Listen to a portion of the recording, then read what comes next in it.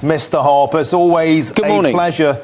Mark, we have to start with the withering column in the Telegraph today from Suella Braverman, who's pulling no punches. This plan is a failed plan and it will not stop the boats. And she's saying there's not a single chance of getting Rwanda deportations up and running within the current legal framework. Rishi's plan is dead and buried. Well, she talks about the current legal framework. The Prime Minister was very clear on Wednesday that we're actually changing the current legal framework. He made it quite clear that we're doing two things. We're in the process of concluding a new treaty with Rwanda. We've planned for every eventuality, so we were able to respond quickly following the Supreme Court's judgment. So that will be finalised and then brought before the House of Commons and put into law. So that will make an effect. And then secondly, the Prime Minister has been clear that we're going to introduce emergency legislation to make the necessary changes to the law to enable us to implement the Rwanda plan, which is really important to deter people from crossing the channel. It's also worth saying that all the steps we've taken so far have had a big impact. We've reduced the number of people crossing the channel by a third. That's at a time when in other European countries we've seen the number of illegal migrants not going down but actually going up significantly. So we've made a lot of progress.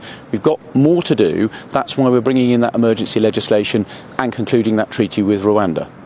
OK, Mr. Harper, the front page of the Daily Mail today is very clear. And we had Kate Hoey in the studio here this week.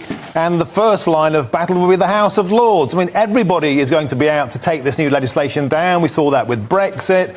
And even if it gets through our Parliament, it'll be the same system, the Supreme Court, the High Court, maybe Strasbourg again. And Suella Braverman is arguing today all this will take so long, there won't be time to get anybody to Rwanda before the next general election. Well, look, Parliament can respond quickly when it needs to, and as I said, the government will bring that legislation, emergency legislation, before Parliament and make its case very strongly.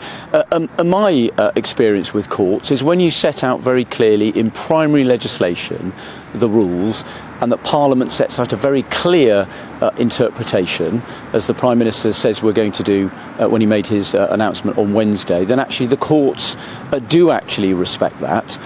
And as far as overseas courts are concerned, the Prime Minister has made it clear that we're not going to let overseas courts stand in our way. We're going to set out the rules very carefully. We're going to conclude that treaty with Rwanda, take that legislation through Parliament and continue with our plan, which is necessary to break the business model of these organised crime groups which traffic innocent people across the channel, putting their lives at risk, and we've got to bring that to an end.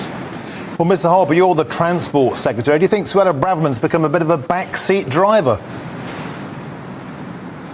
No, look, the Prime Minister set out his new team at the beginning of the week to strengthen the top team. I'm very confident in the Home Secretary. He set out very clearly in the House of Commons the steps I've set out around concluding that treaty with Rwanda and bringing the emergency legislation before Parliament. And I'm very confident in that team and looking forward to delivering what the British people want. Look, it's worth saying, the Prime Minister made a very clear commitment last year. His top priority was to halve inflation. People were really sceptical about that promise when we made it. This week we delivered it. There's still more to do, but we make promises and we keep them. That's our commitment to the British people. James Cleverly, he's had a bit of a torrid week. What an in-tray he's got, but he's been resolute, as has Rishi, that they will categorically stop the boats. Mr. Harper, can you tell us on GB News Breakfast today that we will see deportations to Rwanda before the next general election?